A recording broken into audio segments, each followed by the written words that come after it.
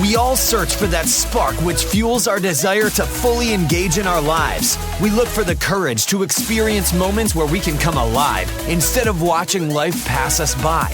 You're listening to the Front Row Factor, leaving fear and insecurity behind by exploring stories of top performers that are living life in the front row. Get ready to stand up, step up, and live it up with your host, John Vroman. Welcome, Front Row friends. John Vroman here, and you're listening to the Front Row Factor podcast. On this show, we talk to people who are living life in the front row. These people are fully alive. They are acting with courage. And today, we're talking with Jeremy Reisig, a.k.a. Brotha James. Before I tell you about Jeremy and we get into the interview, I want to say thank you for sharing your comments about the show. You know, anytime that we get an email about how this show has impacted your life, that is food for the soul. And you know, one of the fun things has been logging in and looking at the comments and seeing who's listening to the show. It's people from all over the world, Australia, and Italy, and New Zealand, and UK. It's just fun to see the message getting out there. As many of you know, this all started with a charity back in 2005, Front Row Foundation, that helps children and adults who are experiencing a life-threatening illness to go see the live event of their dreams with having a front row experience. And what makes our charity unique is that it's not just about a day in the front row, but it's about how we live our lives. And no matter how many days we have, we can choose to live life in the front row. We often say no matter what seat you've been given in life, you can always choose to have a front row experience. And this is a mindset. This is a way that we approach our daily lives. And today, we're talking with a guy who has a great approach to life. Jeremy, a.k.a. Brotha James, is somebody that I admire and respect tremendously. He is a musician. He's a businessman. He sings with such powerfully moving lyrics that it's when I get into the car and I'm with my 6-year-old son, I put this on all the time because I want this music to be influencing my son's mindset. This is a guy, Brotha James, who is very smart. He is very kind. And he is somebody that I would like in my front row forever and ever. That you can check out his music on iTunes, on Spotify, on YouTube. Today we get into a fun interview talking about the pursuit of our passions and our purpose in life. We talk about the balance of life and business, pursuing a passion that may be in conflict with, or maybe it's how to make that passion in harmony with your current business. We talk about how to create a business that allows you to be financially free so you can pursue more of your passions. Jeremy shares with us how he did that in his own life, and it really inspires me. I think many of you will be able to relate. Now, we have some fun chatting here. This, I think, in my opinion, really starts to heat up at about minute 15 or 20, and we get into all sorts of fun stuff, including exploring risk in our lives. And you know, when is it good to take the risk? And maybe there's risk in not taking an action in your life. But stay tuned for the live music at the end. You're going to love this one. Ladies and gentlemen, enjoy my interview with Jeremy, a.k.a. Brotha James, Reisig. All right, ladies and gentlemen, I bring you Brotha James. What's up, dude? Dude, I'm feeling so good right now. We might have just had one of the best warm-up chats of all my guest warm-up chats. That was fun. That was good. That's I feel like when we talk, man, nothing but good things come of it. I love it. And I love that I can see you as we're interviewing. Every podcast I've done has been over the phone with no video. So as I'm looking right at you, I almost feel like I'm looking into your eyes so that we're connecting on a different level. Yeah. Brotha James. Yeah. Oh, Brotha James. Hey, everybody. Welcome to the Front Row Factor podcast. We've got Brotha James with us today, Jeremy Reisig, as some know him by, but affectionately his fans call him Brotha James. And I want to tell you, Jeremy, I'm just so glad that you're here, dude. Our history spans years at Cutco and that great community that we formed there. Just this past weekend, we were together for Best Year Ever Blueprint with Hal Elrod, John Berghoff, the Front Row Foundation 10-year anniversary.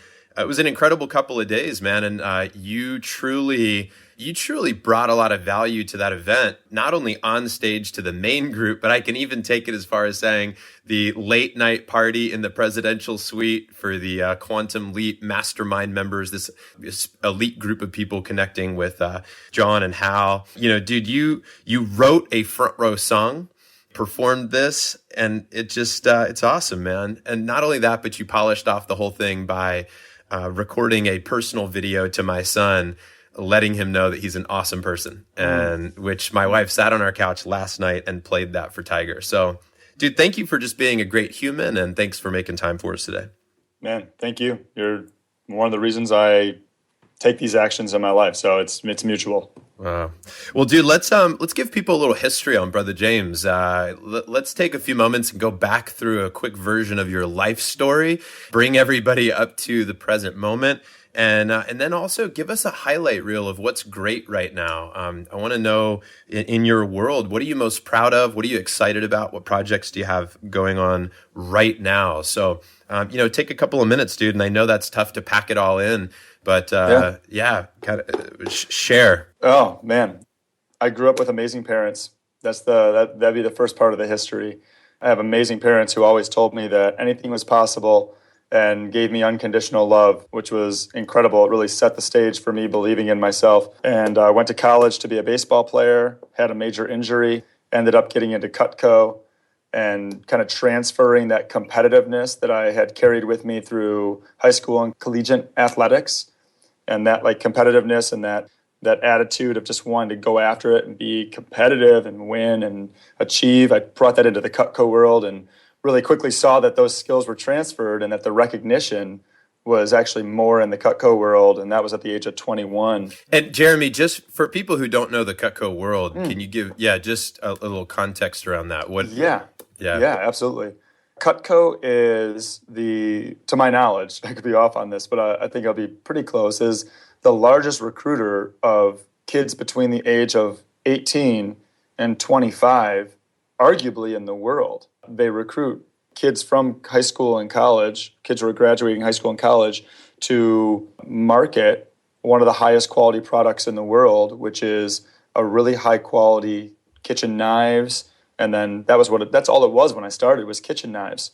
And so the Cutco world is the largest recruiter of college students who help kids to learn skills and skill sets on how to go out and communicate with people to demonstrate a product that is really a beneficial product for almost everyone to have, which is high quality cutlery and stuff that fits in the kitchen so that people can prepare foods. And you crushed it there. You did a great job. Yeah, my manager told me he didn't think I was going to succeed, and by the end of the next year, I was the number one rep in the world. You did really well. Turned it into a career, which may show up a little bit in the story. But anyway, keep going. I just wanted to make sure people knew what that was. Yeah, just the ability to transfer those competitive skills and kind of that motivation that I had inside of me from sports into Cutco, became successful at Cutco. And what's interesting is by the end of the first year or second year of doing Cutco, I had tons of success and was not happy at all. So after my year of being number one, I left the company, became a snowboard bum, started doing some network marketing, looking to figure out a way to not trade my time for money. And that allowed me that gave me the opportunity to have a lot of failures over the course of 2003 into 2004. Ended up coming back to Cutco and utilizing Cutco as just a vehicle to make, whether it was $30,000 a year or $150,000 a year, I could just determine my own schedule and exactly what I wanted to make based on my goals and intentions, outcomes I had. And that led me to Colorado, to California. And eventually it led me into another big year where I was one of the top reps in the company. And at the end of that year, I felt the exact same way as I did the first year I had the success, where I dedicated all this time to an outcome and a goal. At the end of the day, it was not really fulfilling. There was a ton of success and achievement. But as far as fulfillment, there was like a real lack of fulfillment in my heart. And so at the end of that year, which would have been 2005, the year that Hal Elrod had his quantum leap year, if you will, the year he talks about in all of his keynote speeches is 2005, when him and I were on the Ultimate Club together. He was the leader, and our goal was to both sell over $200,000 that year. And that was really the connection between Hal and I. At the end of that year, he left the company. At the end of that year, I moved across the country and joined a band. And I was very fortunate to have a brother who was in a band. And I asked him if I could be in the band, and he said yes. And so I moved across the country, joined a band, played in the band for a year. And as the band, I was just writing about this yesterday, when the band came to an end, I thought to myself, oh, I had my year of fun in this music thing. Now I need to go back to what's important, making money and having success and achievement. So I jumped into a company, had some decent success, and I did not like my life at all. I mean, it was rough. My life was very rough in the period of time, 2007, 2008, when I really structured my life to all my goals were based around financial, some physical, but mainly financial. And the pain became so great that I was like, I'm not going to make any decisions based on money being my goal and like major like outcome that I'm after. And I positioned music and becoming a musician in 2009 as the number I would say yes to it no matter what. Even if it didn't make sense and I might lose my house because I had a mortgage at the time, I was going to say yes to pursuing my passions and my dreams. So that was 2009, and I can honestly tell you, Johnny, that 2009 to the present, almost every single day has felt like I'm just living in a dream world. Not that there isn't rough days, but the connection to something that allows me to feel like I have a destiny and a purpose in this life, which is that little extra bit of energy on a daily basis, has been there since I said yes to my what I feel is my passion and purpose. So that led me into music. I was just a hand percussion player and a rapper. So if you don't know hand percussion, that's like tambourines and shakers and congas. So really more of the color to the rest of the band. I'd come out once a night and rap. And that was 4 years of my life touring with a band around the country. Some of the years, 150, 175 shows through 26 states. The max amount of money I made with that group was $7,000 in 1 year. So not a lot of income for 80-hour-a-week type of work. And was in a band with 8 guys, I converted a 22-passenger shuttle bus into a vehicle that ran on vegetable oil to try and save money. Great. That was incredible. And then the band came to an end, and I was like, I don't know how I'm going to do it, but I'm going to become a musician. I'm going to learn how to sing. I'm going to learn these skill sets. Maybe I'll have to hire some people to play with me. And then I hired a couple people or asked them to join my band. And they're like, some of them were doubtful, like, man, you're not even like a singer yet. And I'm like, I know, but I can be a singer and I will put the work in to be a singer. They're like, ah. So, and the way that we like aligned with my motivation and just kind of like, let's just make this happen, kind of, we didn't fit. So then I ran into looping, and that's the ability to layer sounds and progressions, whether that's a drum pad, a keyboard, a guitar, beatboxing, vocals. I learned how to record. I ran into this idea that you could record everything as a one-person band. And if you just took like a year and a half or 2 years to learn how to use the equipment, it would be like a band forever, except you wouldn't have to pay the band because you would just buy the equipment. It'd be like a one-time investment for like long-term bandmates that didn't argue with you. So this is awesome. And then like this year, I think everybody's thinking right now, how do I apply this to my business? Oh man, yeah. I don't know. I don't know that answer. The cool thing about it though is that I really am proud of is there's so many opportunities to quit along the way of becoming a solo musician with really no skill sets that would allow me to be a solo musician at the beginning of that journey, other than just the determination and the vision for what I knew I wanted to be. Like that kept me going. Similar to your story where when the why gets strong enough, the how gets legs. And that really is true to my story. So this is the first year, 2015 was the first year that I really launched Brotha James. Like on a scale where all I did this year was every decision was based around Brotha James.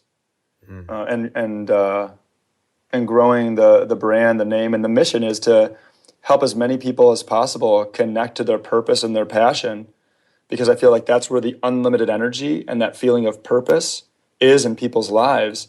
And I feel like you and I have been both part of an incredible environment of individual empowerment, personal growth, self-help, whatever words you want to use to describe the environment that we've spent a lot of time in. There's a lot of resistance for people in that place for various reasons.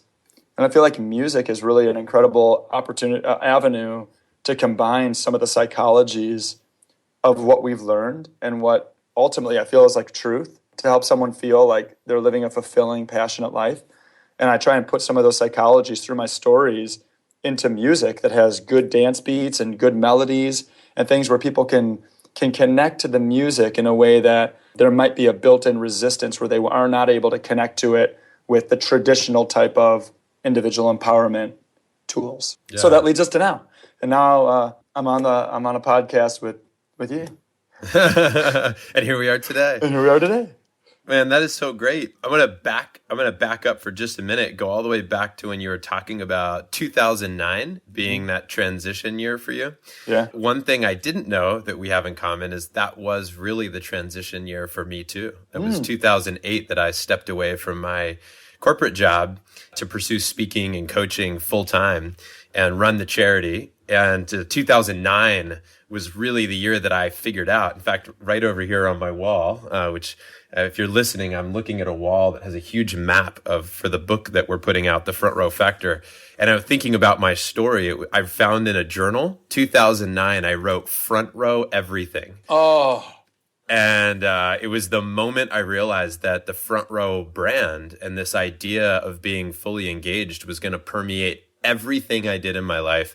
And it was this one singular purpose. We would demonstrate it in different ways, but there became a very clear purpose. And so it's neat that our journeys date back to a launch in 2009. That's really cool. I was going to say something I don't want to forget in that story, and the way you just said that is, even though I positioned Brotha James and music as this core thing in 2009, ultimately what it led to was developing the skill sets and reaching out to different people for different types of coaching that helped me to build a business that allowed me to be free financially. I would have been resistant to all those skill sets and actually building the business if it wasn't for the way that it connected to the passion. Right.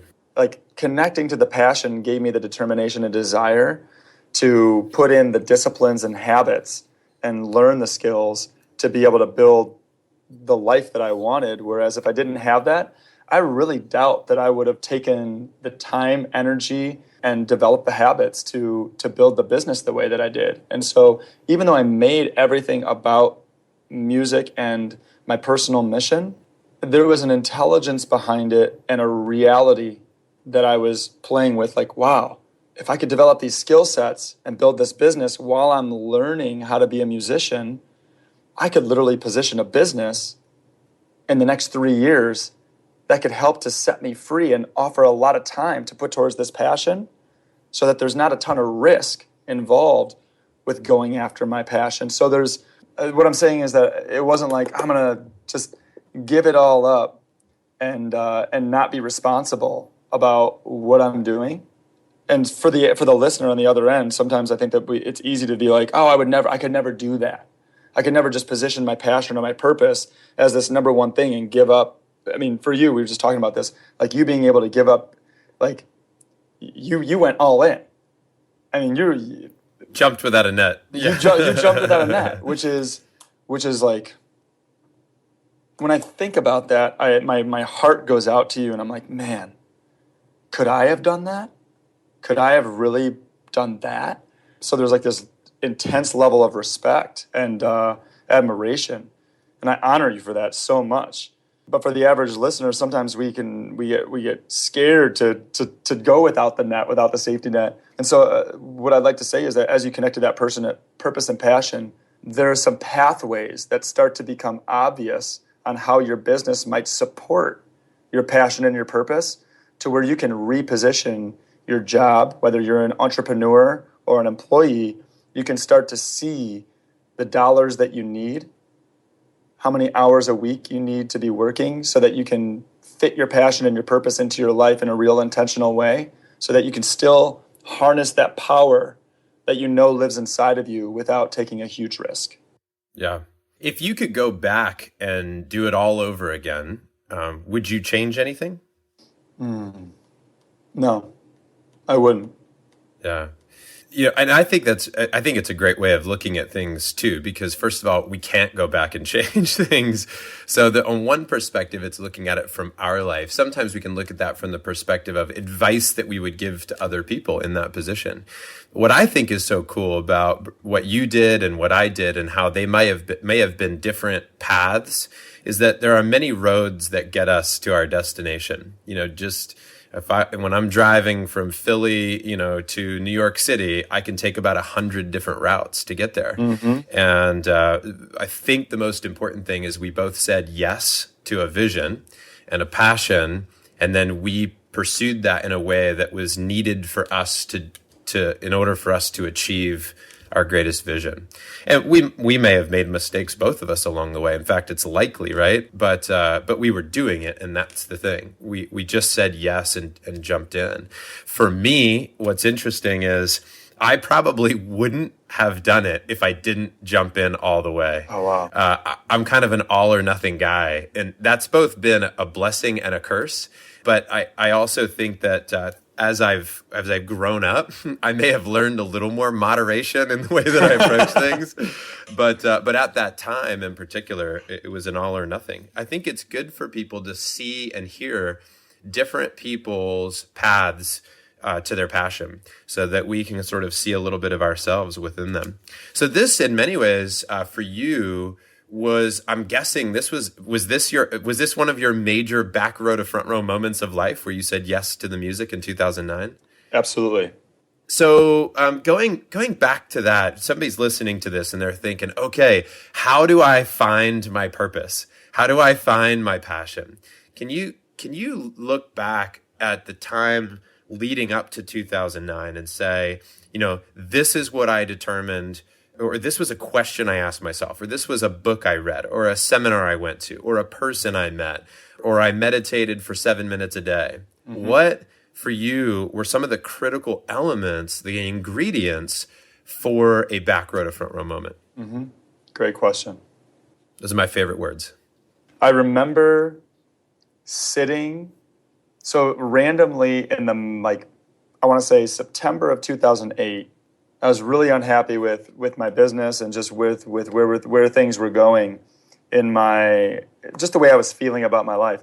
And my brother and I were like, hey, we should record an album on GarageBand, which is if you have a Mac, you have an actual application on and it might be on other computers now too, but on the MacBook or on the Mac, there's an application called GarageBand where you can record, and if you buy a $99 interface and one microphone, you could record a full album. And so we figured out that we could record a full album with $160 investment. And we were like, dude, we should record an album all acoustic. And then this turned into this 6-month project where we were going to record it initially as a Christmas gift for just our family. Then it turned into let's duplicate 300 of these CDs and just give them out to people. And so we went through this process, and it was my first journey as writing lyrics to my brother's guitar riffs, and I started to kind of fiddle around on the guitar. And I mean, when I recorded the song into GarageBand, it took me 100 takes to play 2 chords all the way through. It's amazing how long it took when I look back on it. But there was one point in time in December of 2008 where I'm looking at my computer, I'm looking at my watch, I'm looking at my computer, I'm looking at my watch because I got to go to an appointment to make money. And I'm looking at my computer, I'm looking at my watch, and I go, I would do this. I looked right at my computer and I pointed at it. And I went, I would do this for free all day long. All day I would do this for free. No one had to pay me. And then I looked at my watch and I was like, I've got to force myself to get in my car and go do this and put myself in a state that's going to, and I didn't even know what the word state meant then, but I've got to do something to make myself happy as I walk through the door to this next appointment.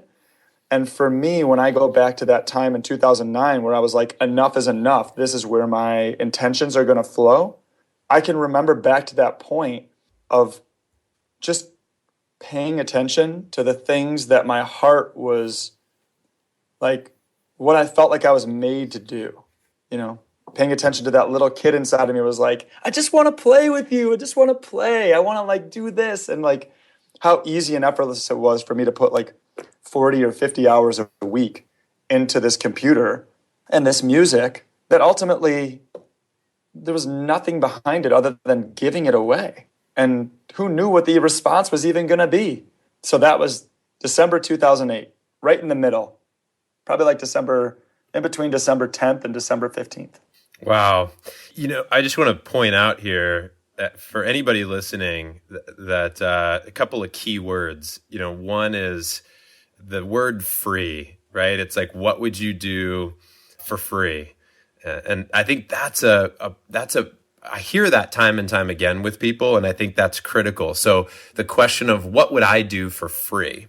And I think that's where the question that shows up, if you had all the money in the world, and then once you bought yourself your dream house and you bought your parents a house and you went and traveled to your favorite spots, what would you then do a year later? What would you catch yourself wanting to do where you would, and then you talk about something else, which is it feels effortless or time flies, where, what do you do where you lose track of time?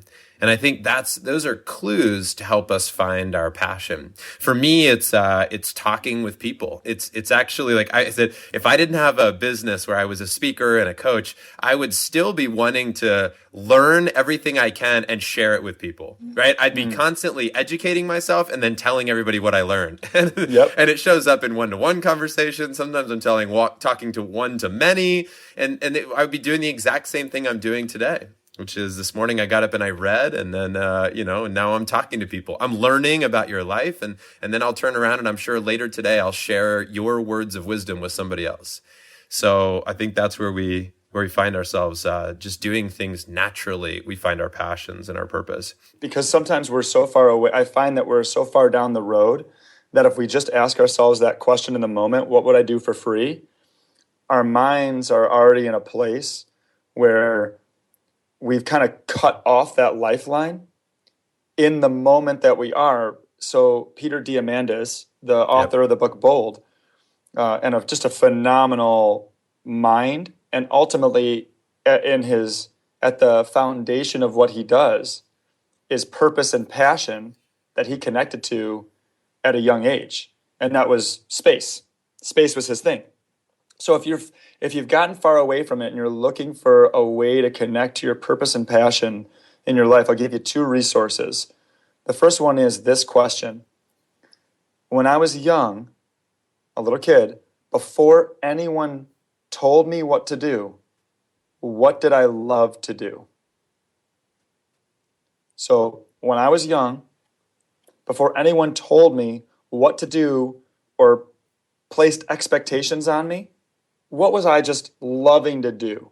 And so when I go back to that question, when I heard it for the first time on Tim Ferriss's podcast, I went, I was like, I wanted to be a Chicago Cubs baseball player, or I wanted to be an entertainer.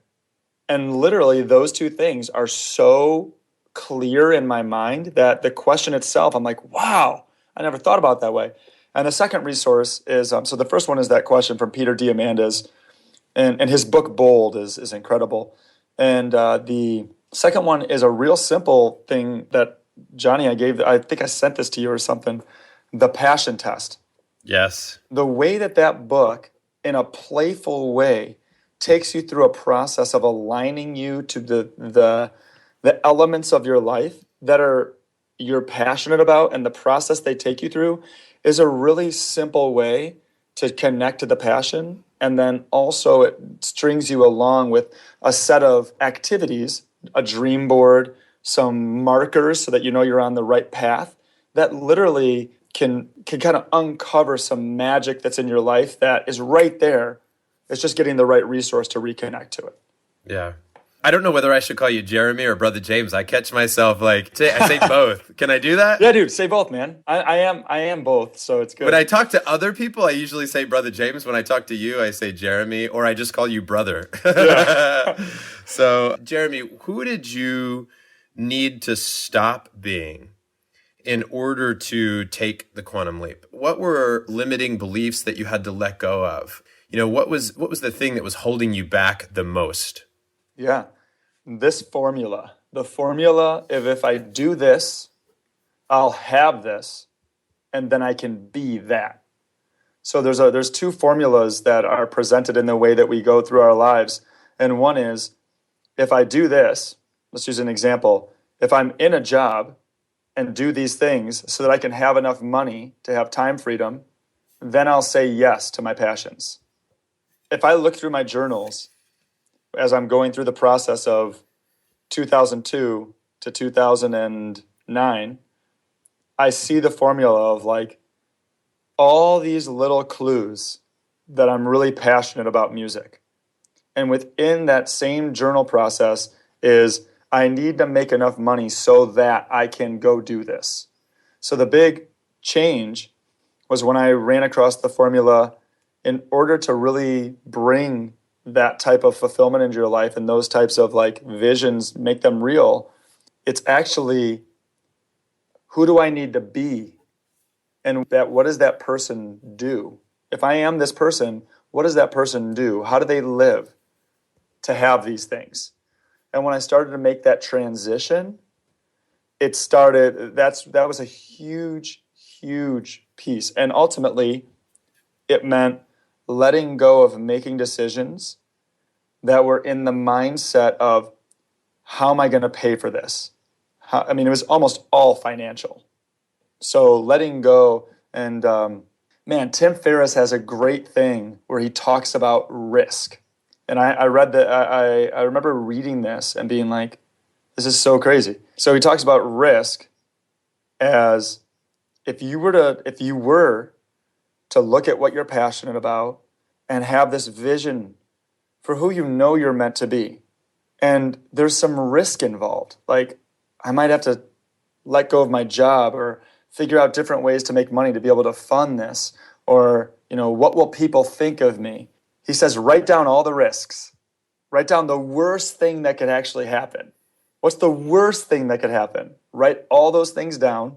And then next to that, write what you would have to do and how long it would take to get back to where you are right now, where you're already not happy. Wow. Or unfulfilled. And I was like, yeah. Whoa, my mind was blown because I looked at it and I was like, wow, the max it would take is 6 months to get back to where I am right now.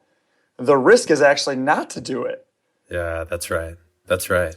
So those two concepts and philosophies being presented to me, hey, Johnny, not to say that they weren't presented to me before, it was just they hit me at a certain time where I was open to them. Yeah. And that was big. Yeah. Because I think some of those had been presented to me through Vector and through some of the, Matthew Kelly and some of these different incredible people. Yeah. But I just wasn't open to it. For sure. Yeah, timing is everything, man. It's just in so many ways. You can imagine a parent feeling this way with their child, telling them something over and over again, and then, kid hears it from somebody like, "Oh, here's what I heard from, Uncle Bill," and I think they're like, "I've been telling you that for years." Yep. So it a lot of it is timing, and it's also who's delivering the message. Sometimes it's just how we hear it. It's even a single thought or phrase, the syntax, the order of the words, the way it's said, the tone behind it, the time of day where we hear it, makes all the difference of whether or not we get the message. So I think it's great though, and super grateful you got the message because your music has really inspired so many. I love the influence that your music has had on my life personally, my friends' lives, my family. It's just been really cool. So thanks for taking the leap, man, and thanks for following your heart. As you know, what we do at Front Row is my mission is to connect people to their purpose. And I want people in going from back row to front row, that's basically moving from an observer of your life to an active participant. And I think a lot of people are kind of watching from a distance, not plugged into their purpose. And when you plug in, using a little fun music talk with you, that's when they can amplify, right? That's when they can really, put their message out there. So you got to plug in to amplify, right? Dude, that's great. Dude, Jeremy, talk about, I want to talk to you a little bit about the process of making music. So, and even if somebody's listening to this and they're not a musician, where they're literally going home today and picking up an instrument from their work, or they're not playing in a band, but this idea of how we all can learn from other people in other industries. If many of us listening who are entrepreneurs, are artists, we have to create. We have to find out how to get the music that's within us out of us, right? How to get it, the rhythm and tempo that's boiling up inside of us, putting it into a format that can be transferred to another person. So, what's your creative process for making music? Can you sum that up for us in a couple of minutes? Yeah, I can. And I think you'll appreciate this because you're a big Jason Mraz fan. I am. Actually, you were at a Jason Mraz concert in the back row, and you're like, man, it would be a distinctly different experience if I was in the front row at this Jason Mraz concert. So I know Jason Mraz has played a role in both of our creative processes. And for me, it was he writes all the time. Yeah. So first and foremost, if you're a creative on this, listening to this, or if you don't see yourself as creative, doesn't matter. The benefits that you will get from just writing or being playful every single day and just creating something, whether that's 5 minutes of just writing down your thoughts, is incredible. And so he talks about every day sitting down and just writing down his thoughts and kind of playing with how they would fit into songs with different chord progressions. So Jason Mraz is a big one. When I read his blog, that was I read it at this one time, and that's what it said. And I was like, whoa. So the first part of my creative process is be consistent with creating content, whether that's lyrics or the music. So be consistent with that. I really am I agonize over words. So in my creative process, it's really hard for me to put something out there that isn't really meaningful to me as a creator. So in my creative process, I will pull out thesauruses, dictionaries, journals, all sorts of things, go online and what's the meaning of this word? Does this word make sense to put right here so that if a person was like, what does that really mean? If they went to it and investigated it, it would actually elicit a deeper feeling for them than even just hearing it with the music, which very few people will do. But if they did, I want to know that that's there. So I agonize over the words that I use, and I will go back to songs. Front Row is a specific example of just feeling something from the song and not necessarily feeling like the first version of it was where I thought it could be. And that's not the only song I've done it with. I've done it with that song. I did it with the song Dreamer. I've done it with the song Fly Away. I did it with a song called Slow Down, where I actually had the words written to one progression. And then as another progression came into my radar, I was like, I'm going to let go of the fact that I thought that song was supposed to be there. So another Tony Robbins thing, perfection is the lowest standard possible. So even though I had this idea of what this song was supposed to be, I let it go because I'm like, nothing's perfect. So if it fits better over here, and it makes me feel better, then I don't have to have this specific process that I have all the time. I'm open to being flexible with it. And the last part is just really taking the time to not move too quickly through the songs. And the way that I do that is I play them even when they're at a raw form. I'll play them in live settings to see what type of response I get from the songs from people. And then I'll go back to the recording gear and redo it in areas that I thought were not going to connect to the audience. So there's those pieces and multiple more I could go into, but those are really the consistency, flexibility, and openness for it not to be perfect. Because ultimately, as an entertainer, you want a great response from every song. You want every song people to be like, yeah, it was awesome. And so you're thinking about that, especially if you play a song that's awesome, and then the next song you play, it's like crickets. You're like, but being aware and how you can maybe restructure the song in a way that can help people to connect. I went to this show not too long ago with Tatiana, and like one of the first songs was like a big hit of theirs that everybody knew the song, and people are standing and dancing, and then right after that song he said, "All right, now we're gonna play something new," and everybody sat down. And nobody knew. They didn't have any emotion attached to it. There was no history with it. They didn't know how they felt about it. And it was like the next 4 songs were not songs the audience knew. And then like the 6th song, was like, all right, and now we're going to go back to one of our hits. And everybody like, jumped up and they were totally in it. So I felt that, I saw that, and I could see how that would also be tough as a musician to have that be the response from your audience. Yeah. Well, people loved you singing the Front Row Anthem at Best Year Ever. They were chanting, they were singing, they were dancing. You had the dance floor was packed. It was really a cool moment. Dude, that was recorded with some really good equipment, right? So we should be able to get a live video out of that. That'd be great. Yeah.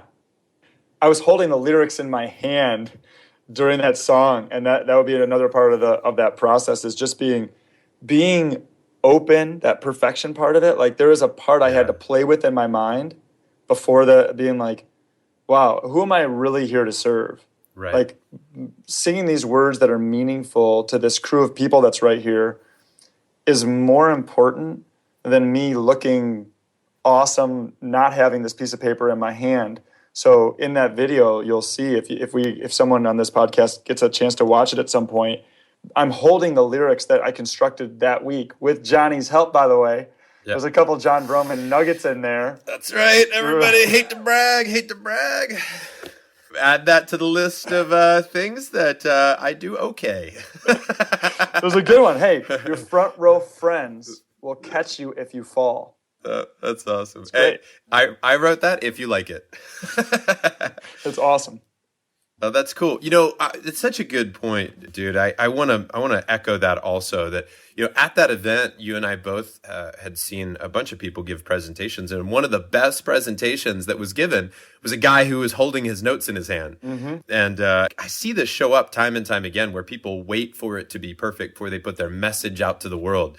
This is something that has haunted me personally. It's one of the reasons I didn't do the podcast for so long, was I thought, I just wait till it's perfect or perfect timing to start sharing. And then it was actually somebody that shared with me a thought that transformed my approach. And that was, it was selfish of me not to do it, not to put it out there, not to share it with the world.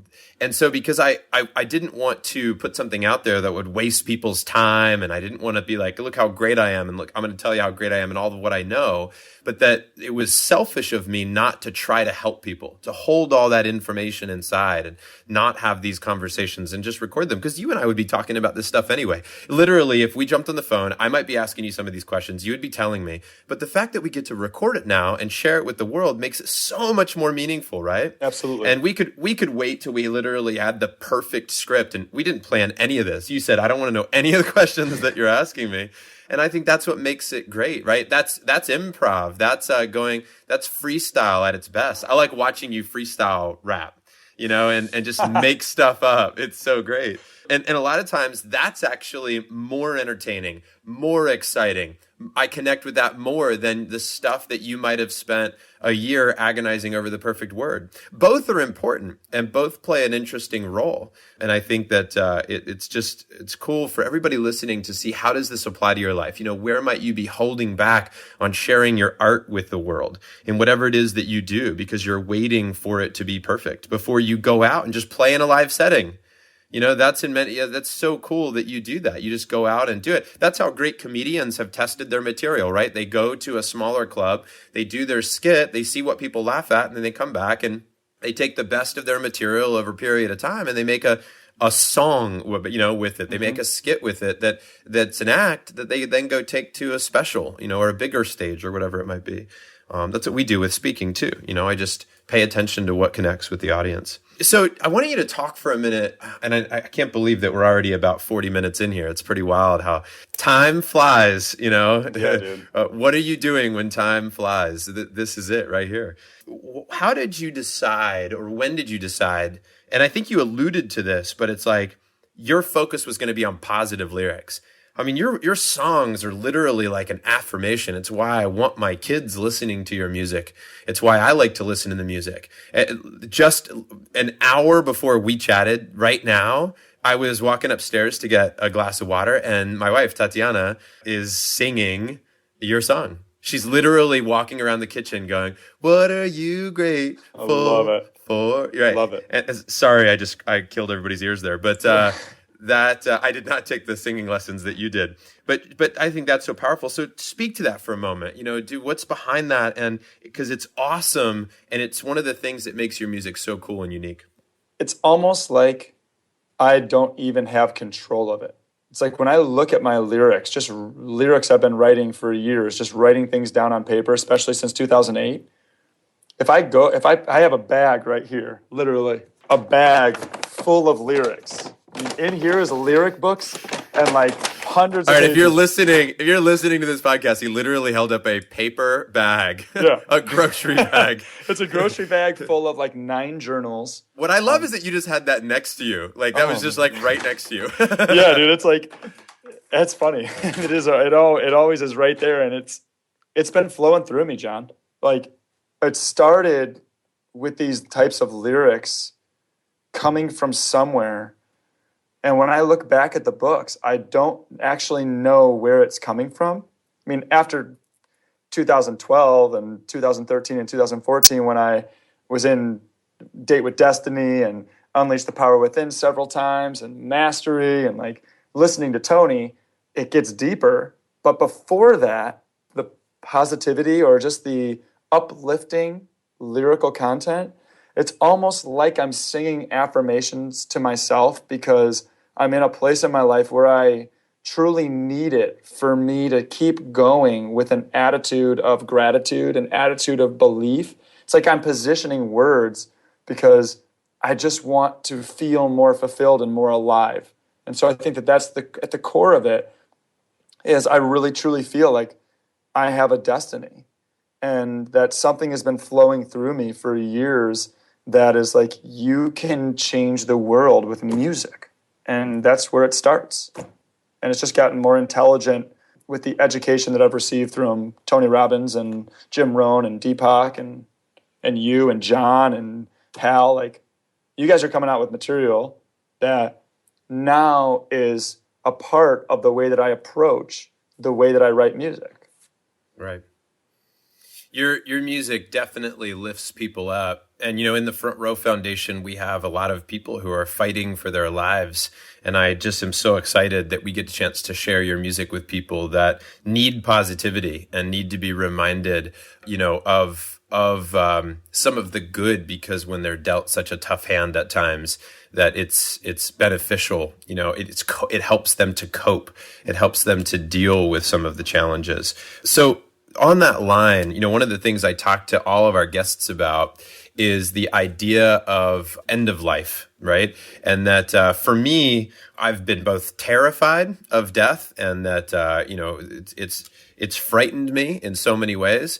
In other ways, I've looked at it, and it's really brought a lot of light and love and life to the now, because I realize that this is a temporary situation. It also kind of takes away some of the fear of like doing something. I'm like, oh, should I do that? Should I not do that? I'm like, wow, man, everybody's going to die eventually. And then, ultimately I should just go after it, right? Because this is a short ride. And so it helps me to overcome some of that fear. It helps me to appreciate today when I know that tomorrow may not be guaranteed. It is not guaranteed. How do you deal with death in your life, Jeremy? Is that something you think about? And is it something that helps you to feel more present and powerful in this day? Yeah, I think about it a lot. I actually position it in my life. At first I didn't, I've definitely have dealt with some anxiety and some depression through the process of working through what living a meaningful life is. Between 2005 and 2009, there was a great deal of anxiousness. Like there was times I couldn't even drink a cup of coffee because it would spark like this. And the anxiousness was around dying. Like, it wasn't, the anxiousness was, of course, around some of like, how am I going to position these finances? I want to be recognized. I want to be significant. I want to, like, all these things I was thinking at the time. But at the core of it was death. And I was freaked out about death. And it wasn't until 2012, the end of 2012, where I read The One Thing by Gary Keller. And at the end of the book is the study by Bonnie Ware.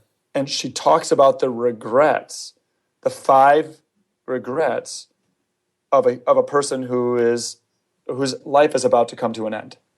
The number one regret is I wish I would have lived a life that was more truthful to who I knew I was supposed to be versus doing it to please everyone else around me.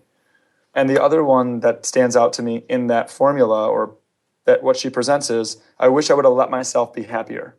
And so the way that I position it is from that information that she's compiled over the study of all these people. When I think about death, I ask myself those 2 questions consistently. Am I being true to myself? Am I really being true to myself? Because at the end of the day, at the end of the life, I'm going to know, based on her research, the risk is to not be true to myself, because she's done the research that says that most people are not true to themselves. So, like, even if there's some sort of pain along the way of being true to myself in this life, at the end, the pain will be greater if I'm not in the journey. So there's that. And then the idea of not letting ourselves be happy is like crazy. Like, so when I think about that a lot, John, in the way I make my decisions, in the way that I approach my 5-minute journal, like in the way that I tell my parents that I love them, and the way I tell you and Hal and John and so many people in my life, like, you know, there was a time in my life where I was uncomfortable telling one of my guy friends that I love you. By the way, I love you, man. I love you too, buddy. I love you. So, but thinking about that part of life is no longer scary to me. It's more of a challenge in a way of, hey, are you living a meaningful life, that you're fulfilled in your heart and your soul, and are you sharing that love with other people? So I see it as a blessing now that I get to think about it versus the anxiety and the curse that I felt like it used to create. Wow. Thank you for sharing all that, man. That's great. That's really powerful. Yeah, you're welcome. Jeremy, what's one thing that our listeners can do in the next 24 hours to either continue living life in the front row, start living life in the front row? What's one thing that you would give as an ingredient into living that front row life? Create 1 hour for yourself and just write and it could be on a computer, it can be in a journal with just, your journal might be on your computer, it could be with a pen and paper. No rules. Don't do this you are not allowed to get credit for this if you try and do it in your head. It just does not work.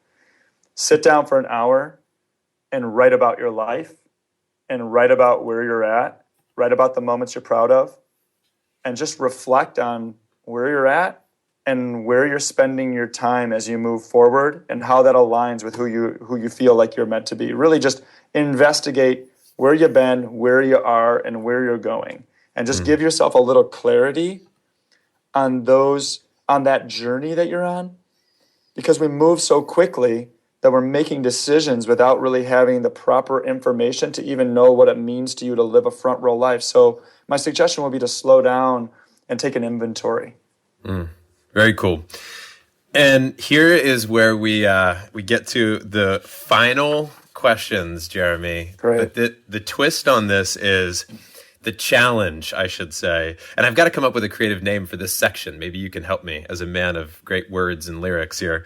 This is a chance for us to ask you a question that we want to get 1 word or 1 sentence answer only. So in as few words as possible, right? Gut reaction without overthinking. Are you ready for some final questions? Go. Yeah. All right, here we go. When you think of somebody that lives life in the front row, what's the first name that comes to mind? Damn, it's so hard. John Vroman. All right. I'm always fishing for my name there. All right. What does it? You get extra points as a guest. We move you. We do extra special titles and we extra special promotion if you answer that question right. That's funny. What does it mean to be fully alive? Feeling connected to something greater than yourself.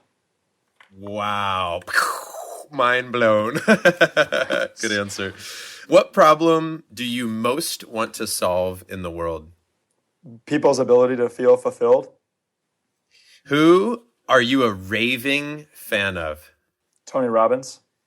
Who is your biggest fan? It could be Ace Berghoff. My mom has been my biggest fan since I was born. Oh, love it. I hope she gets a chance to listen to this. If you could play one of your songs, only one, for the rest of your life, what song would you pick? Grateful. No doubt. What's the next place that you want to play music? Or what venue or location or crowd, the next place where you'd want to play? Red Rocks. What is the first happiest memory that you can recall in your life? Toys R Us. When you get sad, what is it usually about? Not living with the integrity that I know that I can.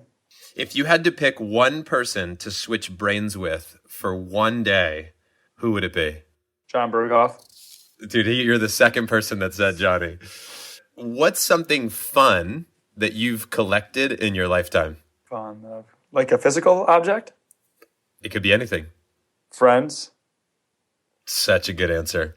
And final question, right? If you could be front row to any event, any place in the world, who or what would you see and where, if you can name it?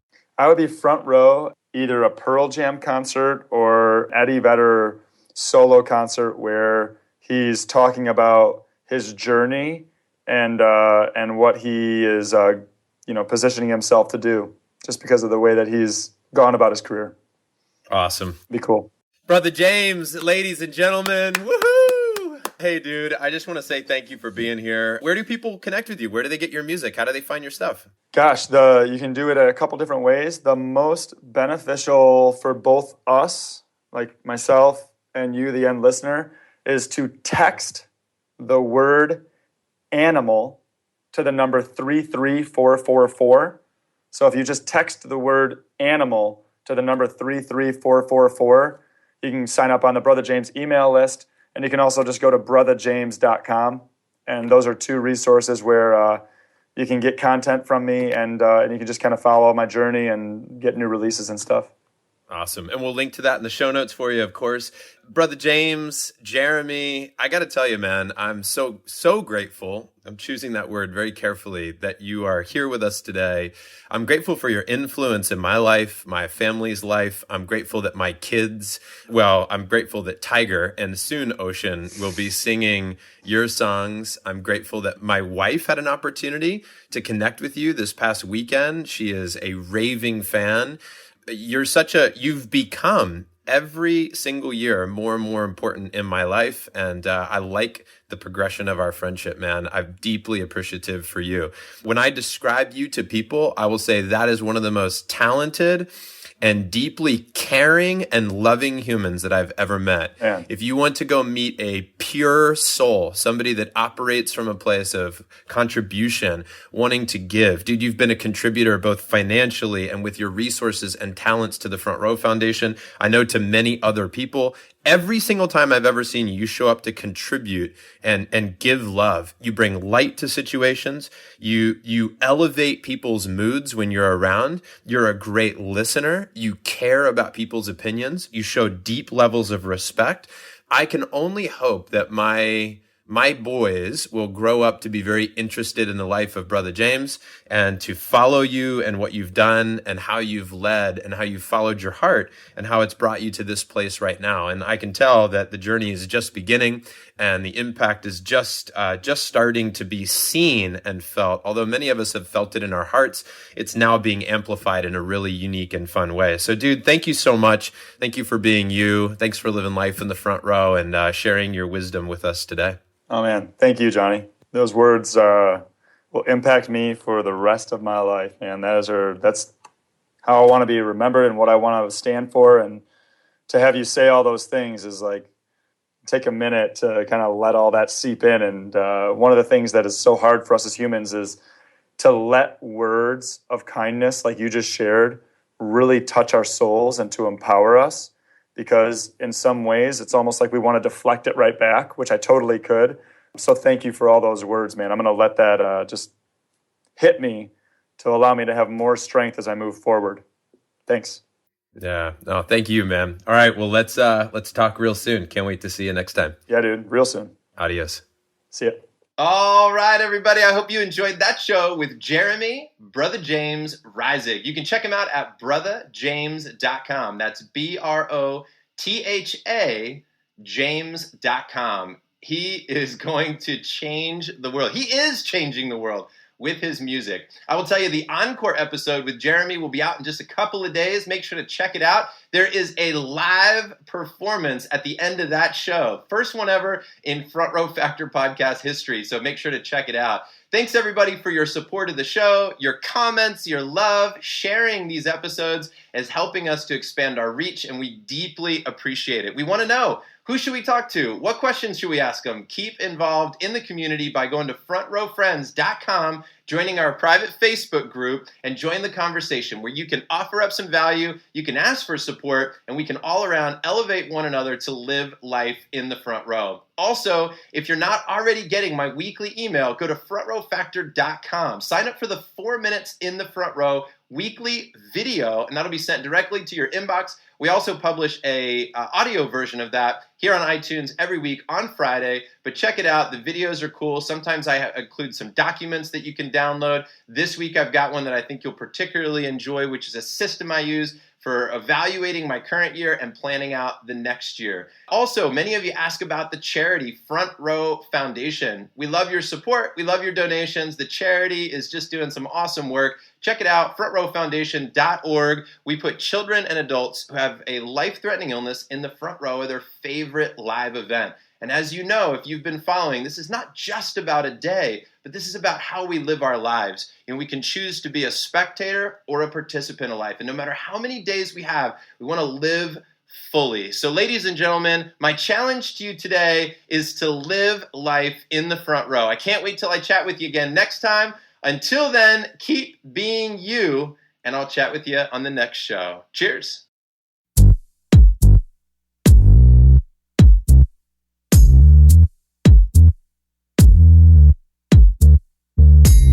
There came a time in my life when I knew I had to try and open up my eyes. It seems so simple to me. Why such a struggle to be? My own insecurities are creeping up on me. No more time in today. The sun is fading away, and I'm left feeling cray-cray. I need to make a change. It's time to rearrange. Late night in bed I lay.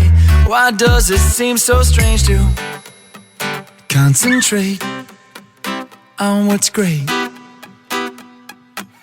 and sustain this feeling? Give it meaning. It is healing with one simple question. What am I grateful for? I think about the little things. What am I grateful for? So many simple things. Woke up with a stretch and a yawn. So tired and I know I have to mow this lawn. I gotta call my mom. I gotta go to the studio a couple hours out and then make this song. Could be worse if I was fighting a war.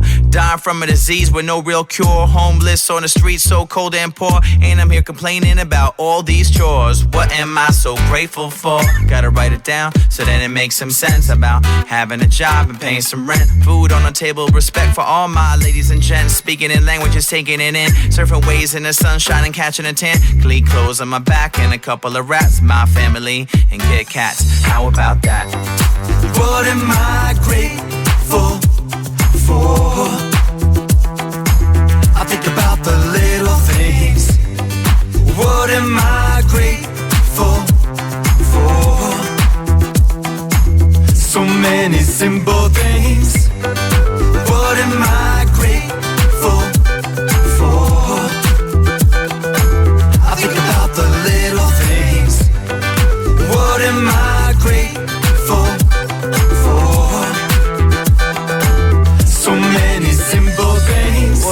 so grateful for? What am I so grateful for? What am I so grateful for? What am I so grateful for? What am I so grateful for? What am I so grateful for? What am I so grateful for? What am I so grateful for? What am I grateful for? I think about the little things. What am I grateful for? So many simple things. What am I grateful for? I think about the little things. What am I grateful for? So many simple things. What am I grateful for? Think about those little things. And what am I grateful for? It's all about those simple things.